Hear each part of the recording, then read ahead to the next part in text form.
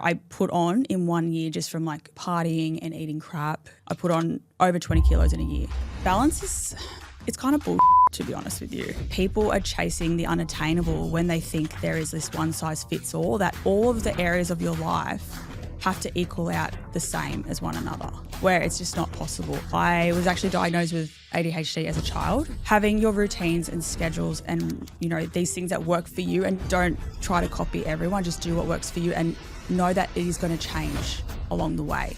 Preach. The way you eat affects everything. I've tried everything. I was very much going down the wrong path. I'm talking skinny teas that literally make you shit yourself. Why would you drink a tea that's going to make you shit pants? That's what was being marketed to you, right? Yes. Like, I remember that era, and it was fad diets. It was like juices, detoxes, Yes. no carbs, skinny teas, Yeah. smoothie diets. Yes. I remember that period of time. If I started something, like a meal plan or an exercise routine or a habit that I couldn't see myself doing forever, I shouldn't be doing it in the first place. Steph, welcome to the show. Thank you so much for joining me. Thank you so much for having me. I'm literally so excited because you and I go way back, I know. even when we don't realise it. So many years. We have followed you since you had 10,000 followers on Instagram. And what are you up to now? Oh goodness, I should probably look at this. Hey, I think it's like 250 something thousand, something like that. And it's been a journey. You've been on an incredible journey. Let's start by you just sharing your journey, a little bit about you, who you are, and how you got to where you are today. Okay, I'll try and give you the quick version because, you know, I'm a talker. So basically I had my first daughter when I was, I think, 24, 25. And back then, like, none of my friends had children. And I guess like a bit of background on top of that is I've always like used writing as an outlet. I'm very like creative, and it's just kind of how I express myself, and kind of even, you know, like with journaling, like people use journaling to just like offload things. That was the same for me and writing.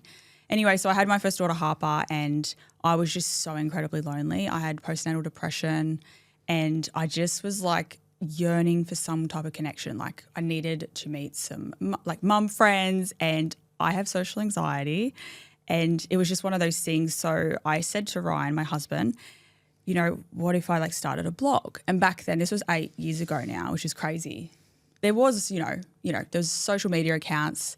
It was, I would say there was like, you know, quote unquote influencers and that type of thing, but it just wasn't huge, as big as what it is now. And I said to Ryan, you know, what if I started a blog, and then I can, you know, connect to other mothers online. And actually, like, I just was craving that, because I had no bloody idea what I was doing. Yeah. Like, you have this little human being and it doesn't come out with a manual, unfortunately. Like, I wish it did. I wish. And, you know, I've always been quite hard on myself and get a lot of imposter syndrome. And, you know, it was something that none of my friends were doing. Like, it was, again, not like super common. So I kept talking myself out of it. And with the postnatal depression and the anxiety I was going through, it was getting worse, and I just really was struggling. And Ryan, my husband, he's like my biggest cheerleader. So he was just like, stuff it, just do it. Who gives a shit what people think? Am I allowed to say shit? You can say whatever you like. So he's like, who gives a shit what people think? And I finally did it. So I started the blog, which was an actual like website, you know, like weekly blog Just posts. another mummy blog. Oh, yes. I remember this. So that was actually, the name I came up with was actually a joke, because I'm a very sarcastic person, and there was some mummy blogs at the time, so I thought I'd call it Just Another Mummy Blog and just make a bit of fun of myself. And so I started that. I started an Instagram page, and from there I just started sharing my journey. And honestly, the connections I made with, now they're still members of my community even today. I still recognise the names that comment from the early days.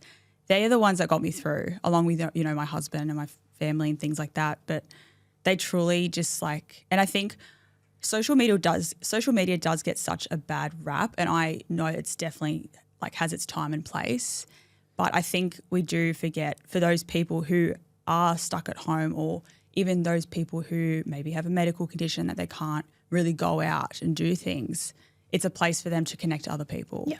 And it's just so important. So from there, I was sharing just my everyday life, and I've always been very unfiltered. I would rock up with no makeup on, just crazy mum hair, and just talk about my day. And over a couple of years, it just grew crazy. And at the time, we were living in a 1-bedroom unit and we had no space. So I started doing like hacks and organisation just to like make more space. And people just loved it. And I just kept going with it. And that now, you know, became my job. And I didn't even know you could do that as a job back then. So I continued with that. And then a few years later, because I was known for the organisation hacks, but I'm not all about being perfect. It's very much about being real. So I decided to start my own brand because I was working for other brands. I was like, why don't I create the tool to help messy minds like mine? So that's where Steph Pase Planners was born. So now I'm the CEO and founder of Steph Pase Planners, which has now moved into its like third warehouse. I've got a huge team. We make tools and planners and just even lifestyle products for just everyday people. And I also have a podcast called Stepping Up and all the things. And I'm a mum of 2 girls, obviously, Harper and Willow, and my husband, Ryan. Wow, Wonder Woman. Yeah. You've got a lot on your plate. Yes. So tell me, business, motherhood, how do you balance it all? I think it's funny because I always used to talk about balance, and I feel like the older I've gotten, I've come to learn that I do feel like balance is it's kind of bullshit, to be honest with you. And I think not that it's bullshit, but I think we all assume there's like a cookie cutter way to get to having balance. But in your life, you're always going through seasons. You know, there's some moments where, you know, you will have to focus just on your family. If you've got you've got newborn babies, you've got kids, or sometimes you have to focus on your business. And then sometimes, you know, you will have to focus on your health because if you don't look after it, it is going to make you have to focus on it. And I truly believe that people are chasing the unattainable when they think there is this one size fits all, that all of the areas of your life have to equal out the same as one another, where it's just not possible. And I've learnt this probably the hard way. You know, over the last 2 years, I've, you know, experienced loss and grief with losing my nan and dad and having my own health issues for not looking after myself, which is something I advocate for. But I think you just need to give yourself grace. And once I learnt that balance is going to look different for me in every single season, that's when I felt like I could breathe again. So I guess to answer your question is, firstly, is to stop being an asshole to yourself and expecting yourself to have it all together all the time. And obviously a huge part of what I advocate is having like routines, planning and things like that, because I was actually diagnosed with ADHD as a child. In the 90s, it was so not common as a female. So I forget everything. Like people think I'm naturally organised. I'm really not. I forget everything. So for me, I genuinely have to write things down. So having your routines and schedules and, you know, these things that work for you and not looking at what everyone else is doing and looking at like a day of my life things, which I love to watch. Like it's like my guilty pleasure, but don't try to copy everyone. Just do what works for you and know that it is going to change along the way. Yeah. Yeah. Preach. I think the whole it comes in seasons is just so accurate, and people don't realize that. They think they need to have, like you said, their shit together all the time. They need to be exercising every day of the week. They need to be following a good nutrition plan. They need to be working, being a mum, doing all the things and have it all figured out. But sometimes one thing lacks and that's okay. It's just the season that you're in. So what season do you think you're in now? I feel like I'm in get shit under control season. To be honest, I'm so grateful, but I never expected for my, you know, stationery planner brand, Steph Pase Planners, to be what it is today. You know, I started in my garage in 2019 and I was hoping to sell maybe a couple of thousand over a couple of years. And that first night, like 10,000 planners I just had to pack in the garage. Like it was crazy and it's just taken off. So it's just, sorry, what was the question? What did you ask me? What season are you in? Oh, that was it. So, sorry. You are forgetful, aren't you? I'm so forgetful. Exhibit A.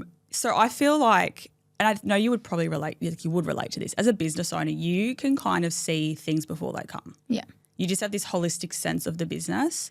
So for me, it was probably late last year I felt that I was literally wearing all the hats, and at the size of my business it was getting out of control. You know, my health was suffering. I was still healing, you know, with grief and all the things. And I knew I just had to really just put, you know, my big girl pants on and change things. And for someone that has anxiety like myself, change scares the shit out of me. But I knew if I don't do it now, we're going to be up shit creek later.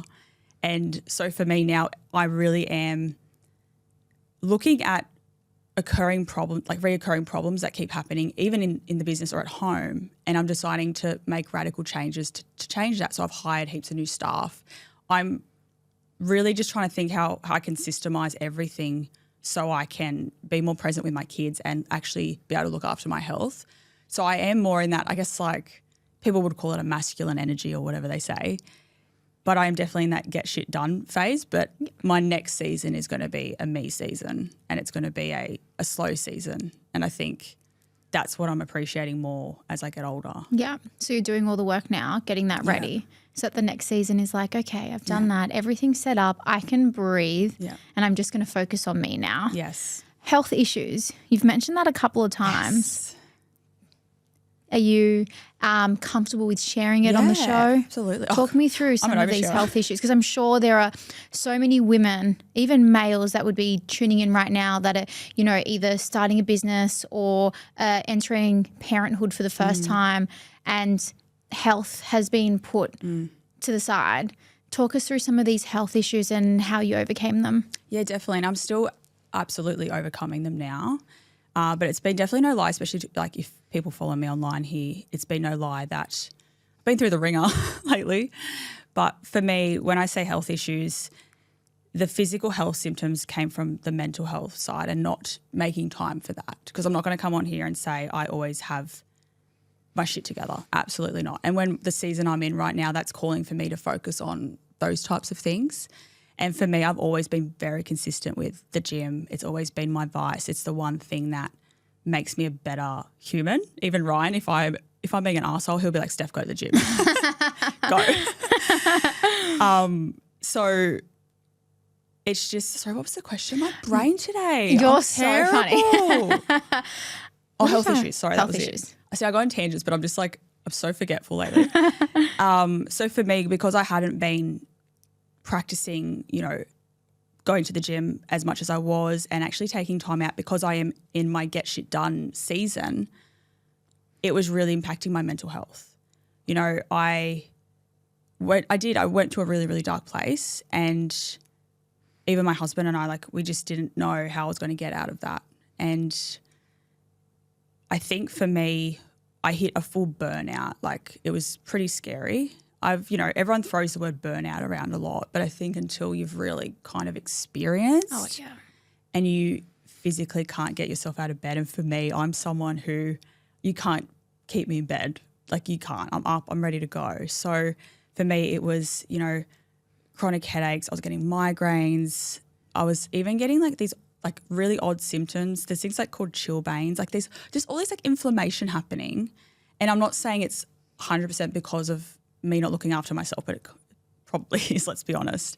So I think it just reminded me that I do need to just take a moment, and especially, you know, my brother has Down syndrome and autism. We had a lot of health issues with him growing up. So I've always been very health conscious, probably I would say health anxiety, to be honest. So it kind of did give me that wake up call, and I know that my kids are watching, and they've always seen this mum who they've been going to the gym creation since they were like 6 weeks old, you know what I mean? So I think it was just a good way to show them that this is what happens when you don't look after yourself, and this is happy mum and this is sad mum, you know what I mean? And letting them know that it's okay for them to feel the way that they feel as well, and what ways that they can pick themselves up as well.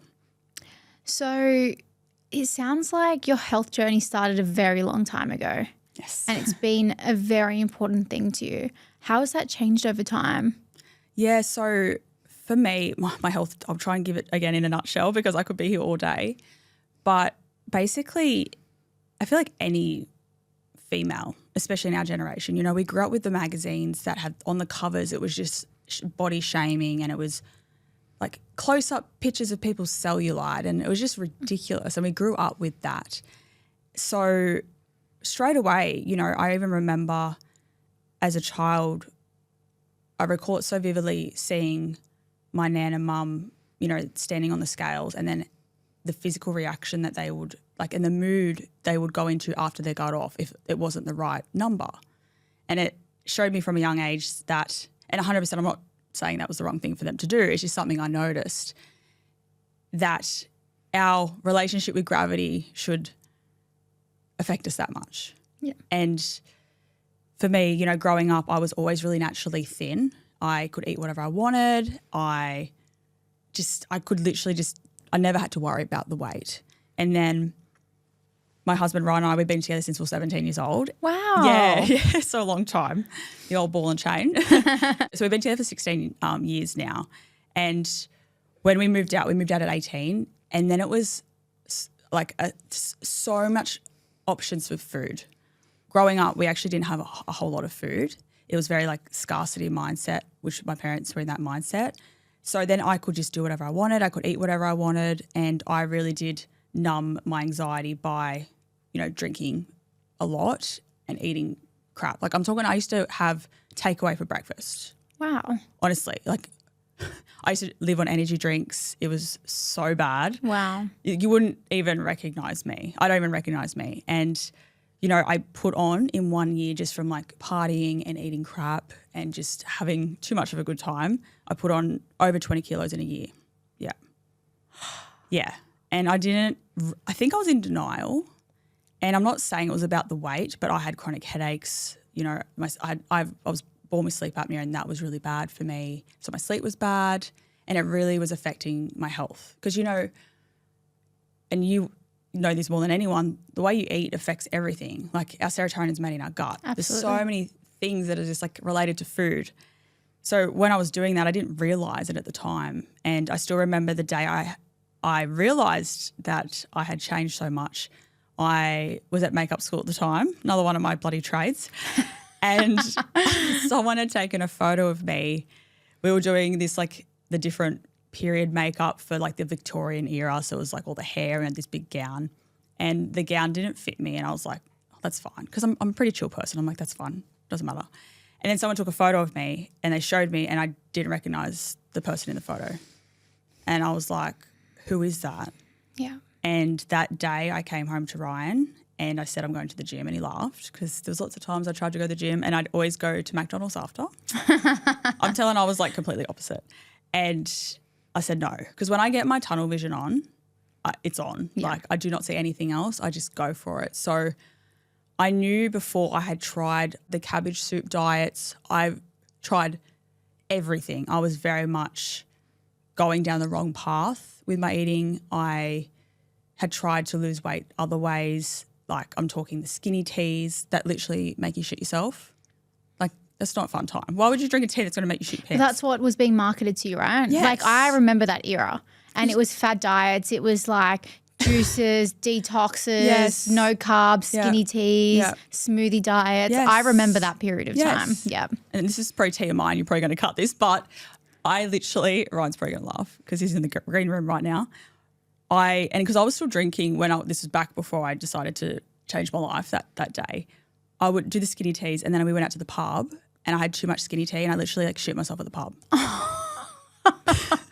Literally.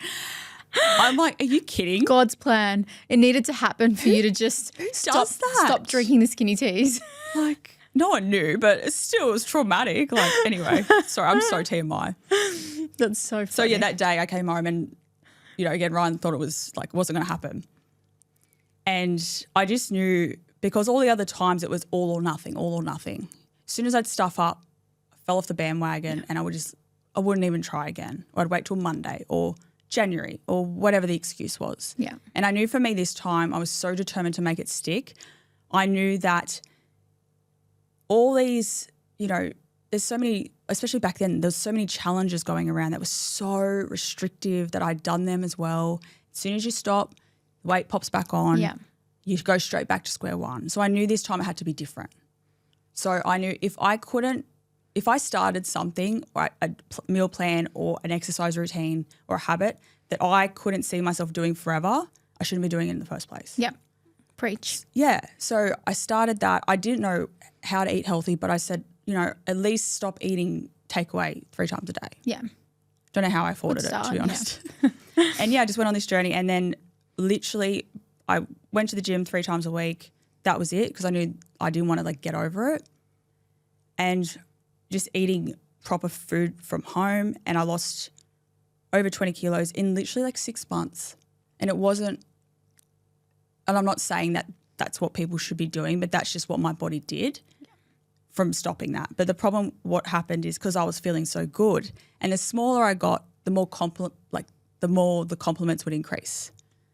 And it was just this pattern, every time I'd lose a couple more kilos, more compliments. I'm like, oh, this is cool. I like this. And I'm also feeling really good.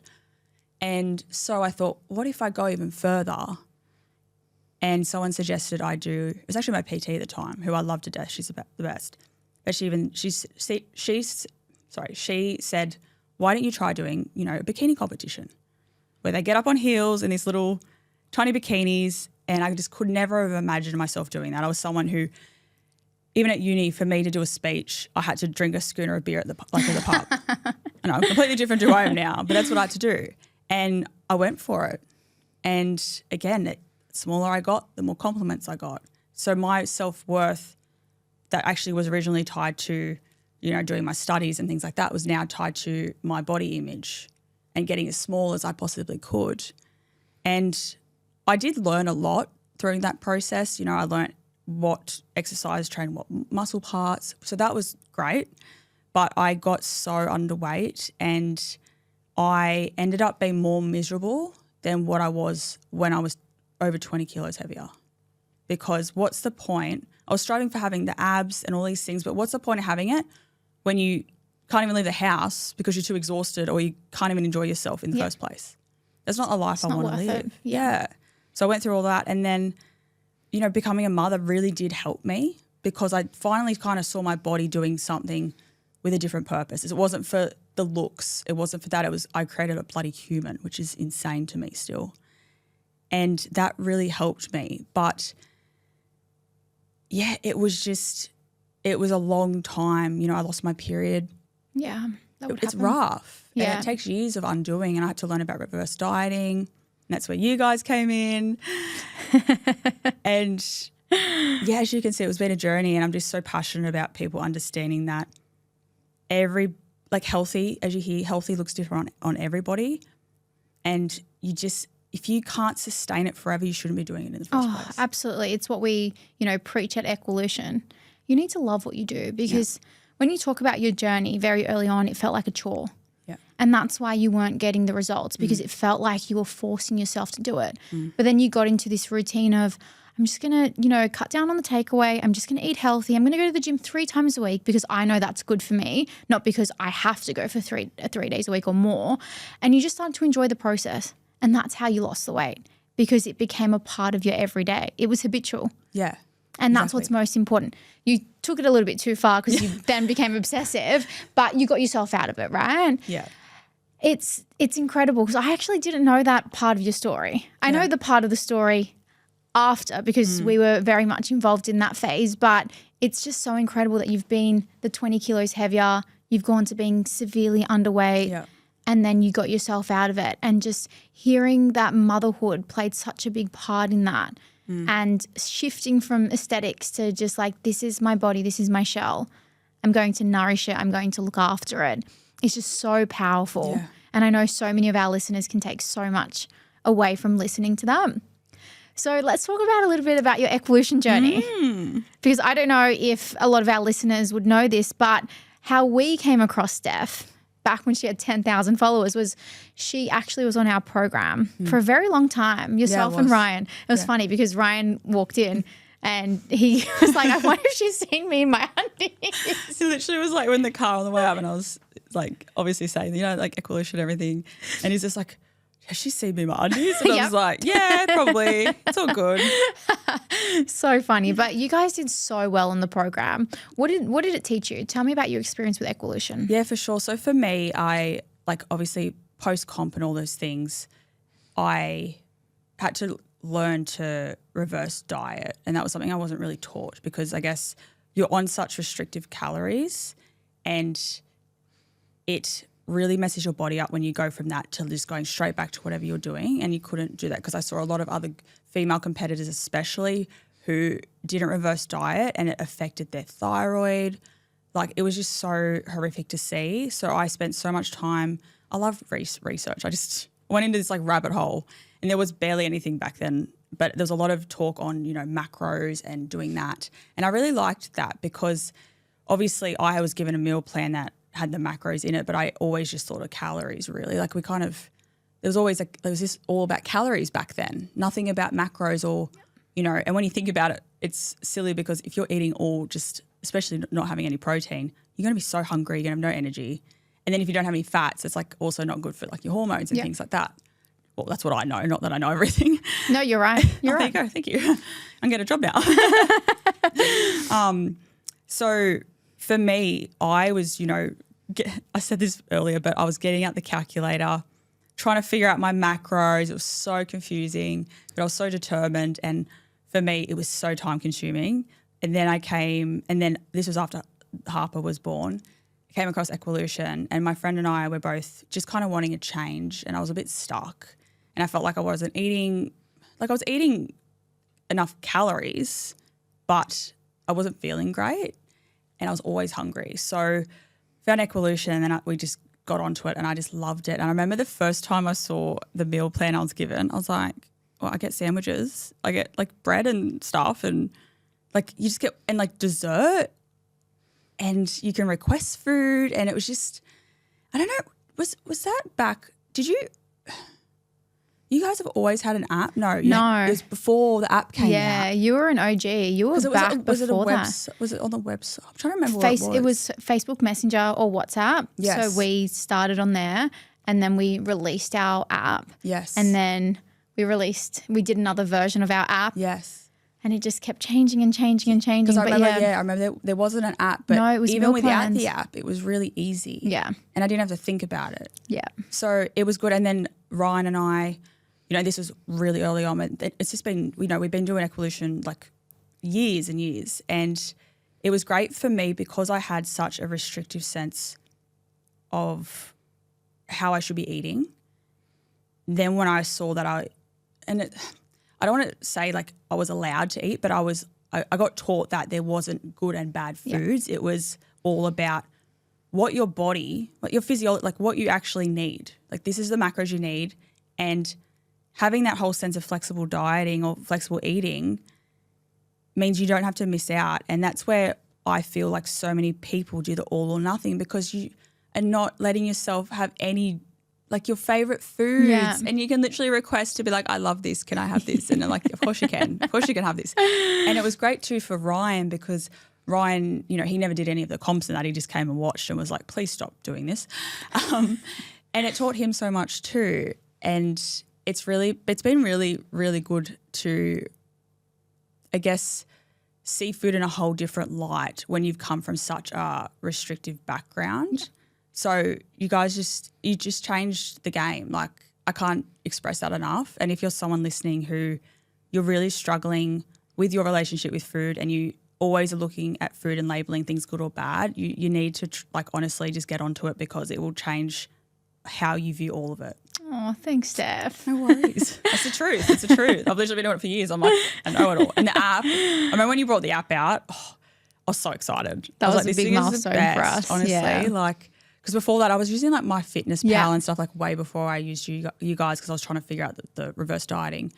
And everything, it was very American too. So clunky. It's just not as easy to use. Confusing. No accountability. No. Yeah. No, it's amazing. Like, you've done so bloody well. Oh, thank you. And thank you for your support. Of course. So what's your food philosophy now? So that's changed over time. Yes. You know? Yeah. I feel like your food has had a season as well. Definitely. What season are you in now with your food? Yeah, I feel like I've been in this season for a while now, ever since, I guess, like you guys taught me so much. But I really enjoy making, and this is what you guys do, literally, making, you know, quote unquote, you know, you're on occasion sometimes food or something you'd moderate, like you can have it every day, but in moderation, making it in a a healthier way. Your fakeaways, like your zinger burgers and stuff? Like that. Yeah, that's what they call it now. Fakeaways, yeah. Because if you go on my blog, actually, I've got heaps of, I guess, fakeaways from years ago. And I really do enjoy that, and showing the girls that, again, there's no good and bad foods. And I also am really careful with, I guess, rewarding the girls with food, because then they tie that to that emotion. And, you know, especially when you want comfort and things like that, you'll straight away go for that food because it's like your comfort. And then when you're taught that from a young age, that food's a reward and it's also can be used for comforting, that goes through to adulthood. Yeah. And so I guess my philosophy now is just, you know, eating things I enjoy, and especially when, you know, we do go out to eat for dinner and things like that, I can actually just go out and just eat whatever I want, because it's all about, you know, moderation. And I also know, this is the most important thing that I've learned from you guys, is why all of this is so important, most of all, is obviously because of our physical health, but how it makes you feel. Yeah. When you're eating junk and your blood sugar's not regulated, things like that, you're going to feel so scattered. Yeah. And as a parent or a business owner or anyone, it's so important to be able to be switched on and to feel good. So I'm all about just eating food that literally makes me feel good. What's a day on a plate like for you now? I would say, in all honesty as well, full disclaimer, with the season that I'm in, I haven't 100% been like what I would have, like how I've been over the last decade. It's probably the most inconsistent time for me, but it's also been great because Ryan has seen me, you know, do the meal prep, like, which is all how I've been able to juggle motherhood and everything is, you know, task batching, meal prepping.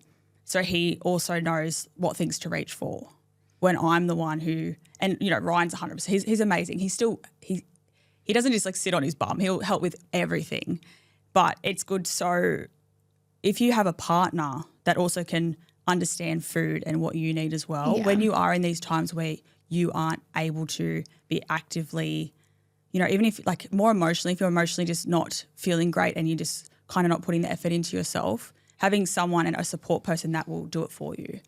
So Ryan will literally bring me food into the office and bring me like just like healthy things that he knows that I like. One of my favorite things, this is kind of off topic, but not, if you are a mum and you're kind of struggling to eat well, one thing I love is like snack plates.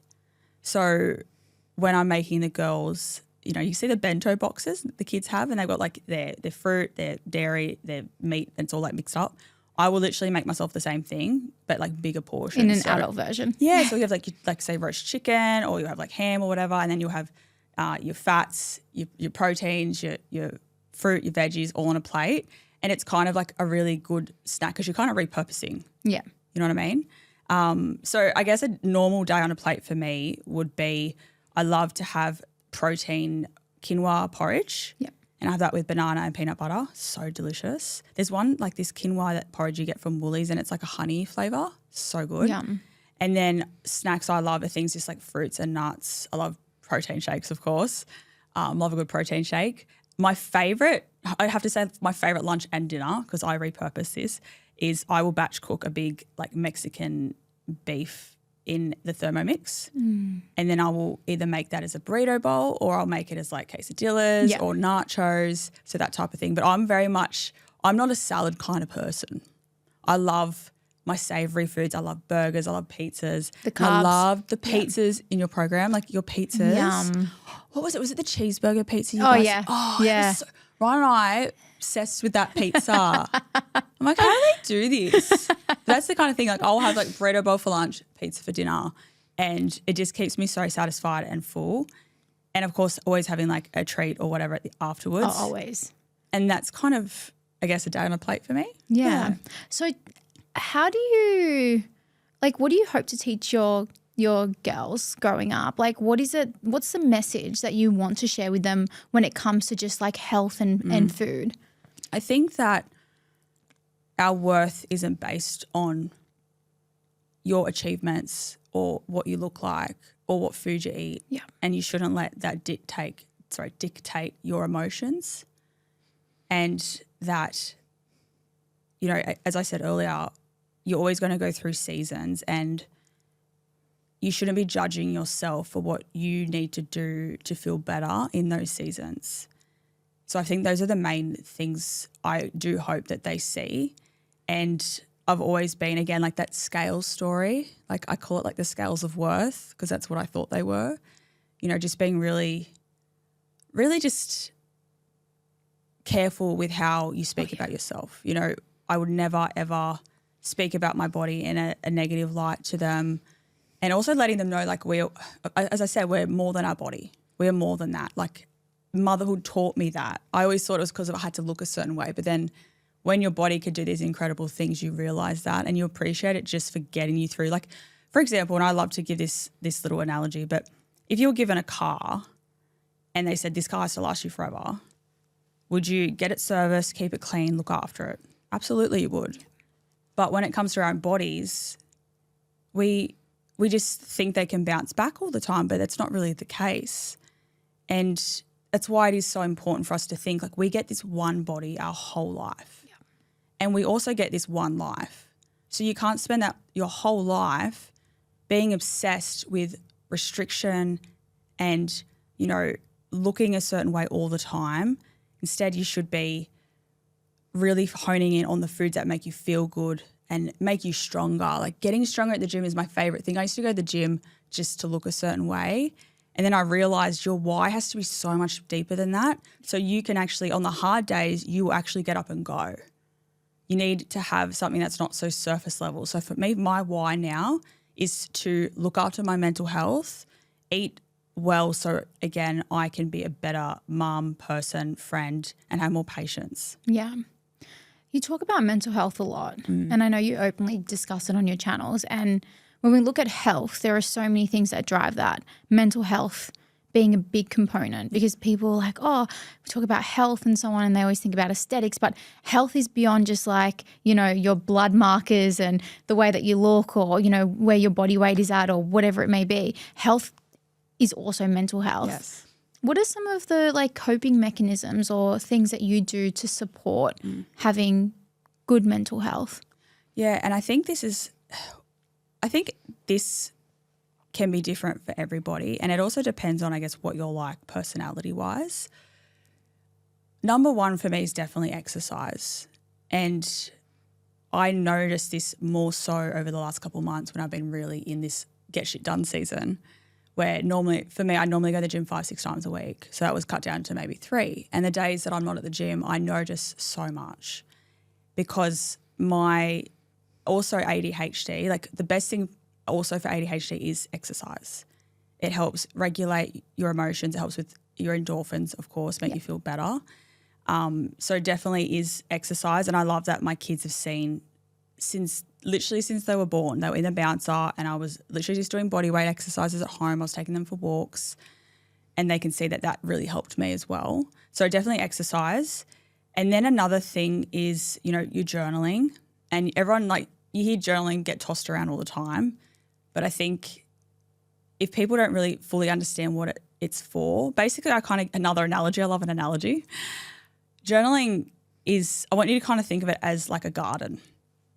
And then every day you have weeds that pop up, and those weeds are experiences, their thoughts, their things, how you've interpreted events that have happened to you, your emotions. And when you journal, you're going in and you're pulling out all the weeds. So then you make space for, more flowers to grow. So every day when we journal, we help our brain understand and even debrief on things that happened, emotions we're feeling, and work through them, so we're clearing that way so then we can grow and you feel lighter. That's such a great analogy. I love an analogy. Yeah, so do I. It makes sense. Yeah, it really does make sense. Don't you ever get scared that someone's just going to pick up your journal and read it? It's so funny because I'm a pretty open person. Yeah. Probably too open. Even like all the staff I've just hired, they come in and I'm just like oversharing. But I think with that, I do say to people, if you're really concerned that someone's going to read your journal, number one, they shouldn't be reading it in the first place. So if you have said something about them, they probably deserve to know that they're being an asshole, because they shouldn't be reading your journal. Yeah. Number two, a little hack I like to say is, if you are going to be discussing people, use a code word. Oh, that's a good one. So you could just call them something. And Yeah. Just imagine like talking about Ryan, but then calling him Tom, and like he'll know it's him because you'll be like, when Tom came home today and didn't make dinner and whatever. Do you know what's so funny? His dad's name's Tom. He'd be like, "Why is Tom coming over? What is happening? This is really sus." I love that you said Tom. You said. I know Ryan would be laughing right now. So you're definitely journaling. Yeah. You know, getting all the weeds out every day, especially if you're an overthinker and you struggle to actually go to sleep at night. Just pull your journal out and just do a massive brain dump.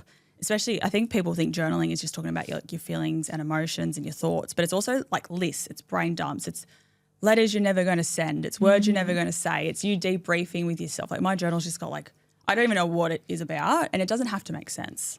Do you ever go back and read? I do, Yeah. I do. And I was actually going through it the other night when Ryan and I were in bed, and I was like, this poor girl.